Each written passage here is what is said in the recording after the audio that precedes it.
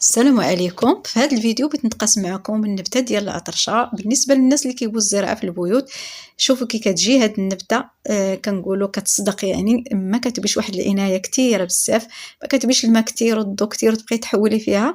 هنا درناها غير في الصندوق، ما شاء الله ولات شجره كبيره ودارت منظر زوين بزاف.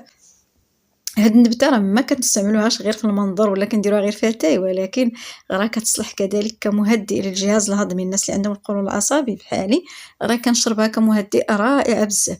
عاد كتستعمل كذلك كمطهر للجلد، يعني كديريها في الماء وكتخليها حتى كتطلق، يعني كديريها في الماء كبخاخ وكترشي بها الجلد، كدير واحد الريحه زوينه بزاف وكتطهر كذلك الجلد من البكتيريا.